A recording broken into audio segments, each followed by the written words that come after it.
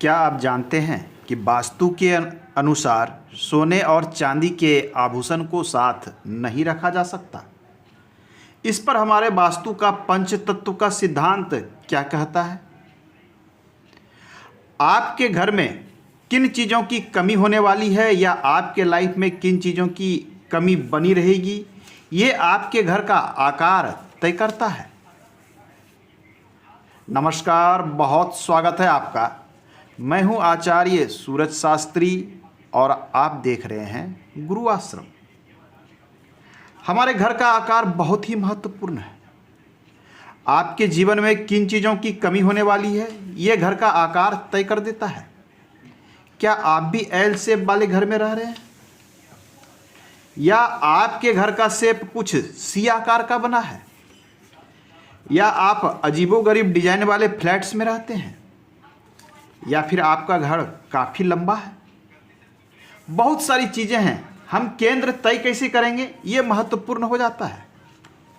वास्तु की एनर्जी इसी केंद्र से चारों तरफ निकलती है और हर दिशा में इसकी अच्छी ऊर्जाएं और निगेटिव अर्थात नकारात्मक ऊर्जा और सकारात्मक ऊर्जा फैलती है। आपके घर का केंद्र कहाँ है? मान लिया जाए आपका घर एल आकार का है। ऐसी स्थिति में हम देखेंगे तो आपके घर का केंद्र इस स्थान पर आ रहा है। यदि हम एक स्क्वायर शेप को लेकर ये तय कर ले तो क्या घर के इस आकार के इस केंद्र को मानकर हम वास्तु तय कर सकते हैं या घर का वास्तु बैलेंस्ड कर सकते हैं? नहीं। हमें यह देखना होगा कि आपका एक्सटेंशन इस तरफ कितना है, इस तरफ की ये जो लंबाई चौड़ाई है इसका अनुपात इसके अनुपात में कितना है, इसका एरिया इसके अनुपात में कितना है। इसके अनुसार हम तय करेंगे कि कौन सा पार्ट एक्सटेंशन में जाएगा और कौन सा पार्ट कट में जाएगा। यदि हम इस प्रकार से एक केंद्र तय कर लें तो हमें पता चलेगा कि यह एरिया एक्सटेंशन में जा रहा है और टोटल एरिया को मिलाकर यदि काउंट कर लें तो यह पता चलेगा कि यह एरिया हमारा कट में जा रहा है।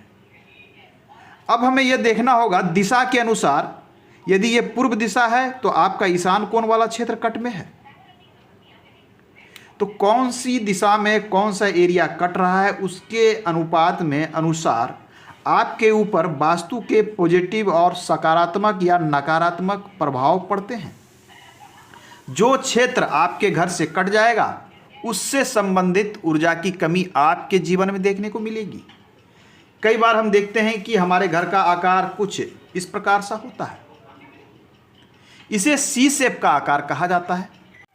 यदि आपका घर सी शेप का है, ऐसे स्थिति में आपको लगेगा कि इसका केंद्र यहाँ है, परंतु हम जब देखेंगे इसको इस प्रकार से बांट के तो इसका केंद्र यहाँ आ रहा है और यह एरिया एक्सटेंशन में जाएगा, यह एरिया भी एक्सटेंशन में आएगा और यह एरिया हमारा कट माना जाएगा यदि हम टोटल मिलाकर इसे केंद्र मान लेते हैं।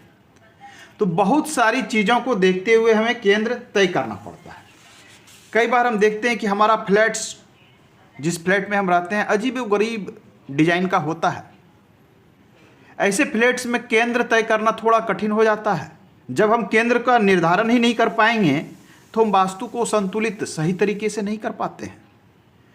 ऐसे स्थिति में हमें ये देखना पड़ता है कि इस फ्लैट में रहने वाले व्यक्ति के जो सिम्टम आ रहे हैं, अर्थात लाइफ में जो समस्या देखने को मिल रही है, वो हम तय करते हैं कि यहाँ केंद्र लेने से क्या वो समस्या फिट बैठ रही है, क्या वो प्रॉब्लम फिट बैठ रही है। यदि ऐसा नहीं है तो फिर हम उस केंद्र को तय चेंज करके यह देखते हैं कि अब हम इसे यदि इस प्रकार से यहाँ केंद्र ले लें तो क्या वो सिम्टम मैच कर रहे हैं। इन सारी चीज़ों को देखते हुए हमें वास्तु तय करना पड़ता है। एक सामान्य सा आकार रेक्टेंगुलर शेप बहुत ही अच्छा आकार है, परंतु हमने देखा है कि कभी कभी इसकी चौड़ाई 15 फीट है और लंबाई व्यक्ति का 100 फीट है।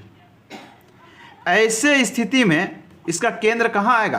केंद्र तो यहाँ आ जाएगा, परंतु ऐसे घर में वास्तु प्रॉपर, इस वास्तु की एनर्जी प्रॉपर वर्क नहीं करती।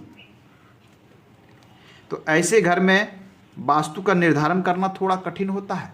बहुत ही सोच विचार कर हमें वास्तु देखना पड़ता है। वास्तु के लिए चूंकि एनर्जी इस फील्ड केंद्र से निकलती है और चारों तरफ फैलती है, और हम जानते हैं कि वास्तु में यह वाटर एलिमेंट का जोन है, ये पूरा वाटर एलिमेंट का जोन है नॉर्थ ईस्ट तक, और ये हमारा एयर एलिमेंट का जोन है।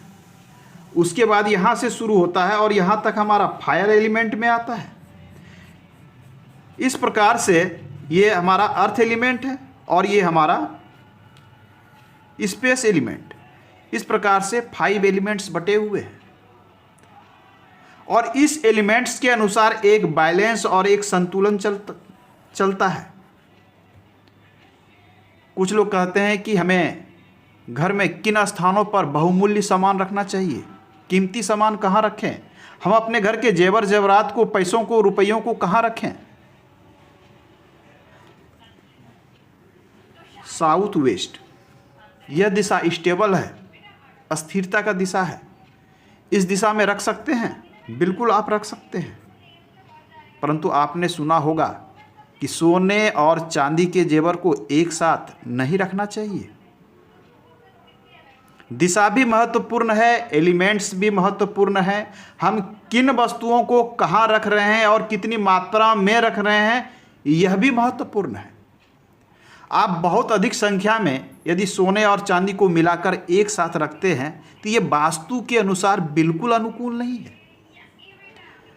आपने सुना होगा प्राचीन समय में लोग कहते थे कि चांदी सोने को खा जाती है, अर्थात चांदी और सोने को एक साथ नहीं रखना चाहिए, या सोने और चांदी को मिलाकर एक साथ आभूषण नहीं बनाए जाते हैं।